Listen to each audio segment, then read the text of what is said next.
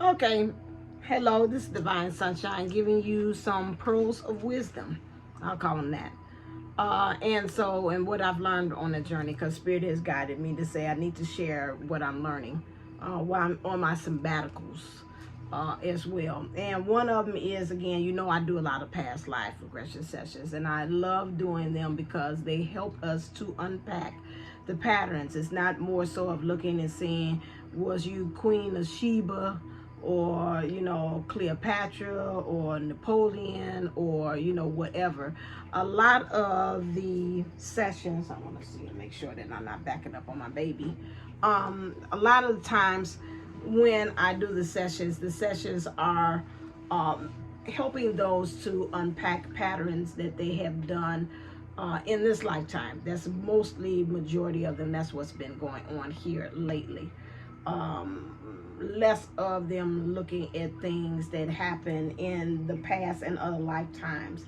I really strongly suggest that one get one, especially during your birthday or a time. Birthdays. I really like doing that. I've gotten some for me, and it lets you know about what's the lesson that probably you need to look at. That's coming up for the upcoming year or years. I've told you even on this channel how me doing a past life regression session helped me with the transitioning of my dad when he was starting to pass away, and how I learned it in past lives that I did not handle it well. I was married in a past life, and I let my husband stay in the bed for like 5 days. I did not handle that well, and because I just didn't want to let my best friend go. I didn't know what to do without John. And it was like I just don't know, and I could see myself in the mirror going back and forth, putting on my clothes. I was white person then, older woman, and just putting on my little nightgown, and he's laying in the bed, and I just didn't want to come to reality that he's gone. I look in the mirror and I see a glimpse of him laying there in the bed, and then I was like, okay, gotta keep on. No, I don't see it there. He's just asleep. He's just asleep. There's nothing wrong with John. He's just asleep. And that is something to let me know that when my dad was starting to pass it, to be more present.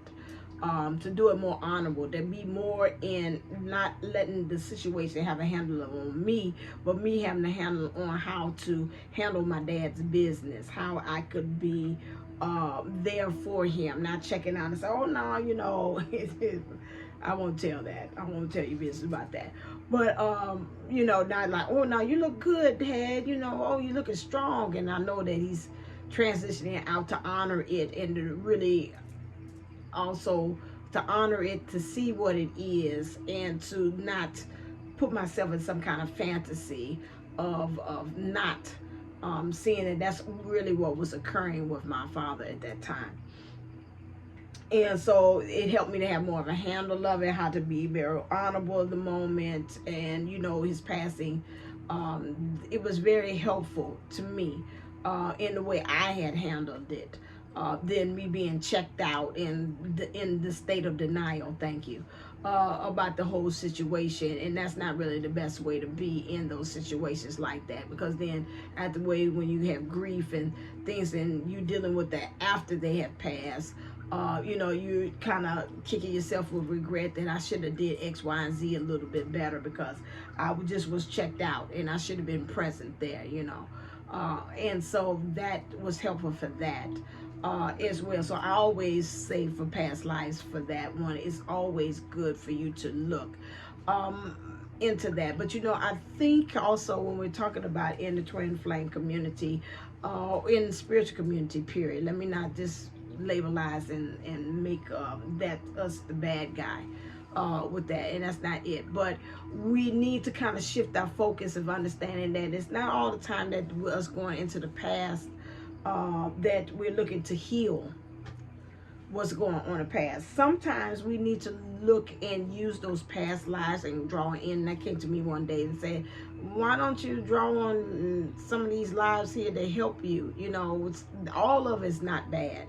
All of us had some good qualities in there. Like this last one I went into, and I was a farmer, and I had a wife, and you know, and this person was very strong in being family orientated, and you know, really being there, and really worked good with the land and helping with things and making things grow. And when hard times came, I always had a way of finding ways to get out the situation, or how to strive and thrive in situations that's like, okay, these are hard times.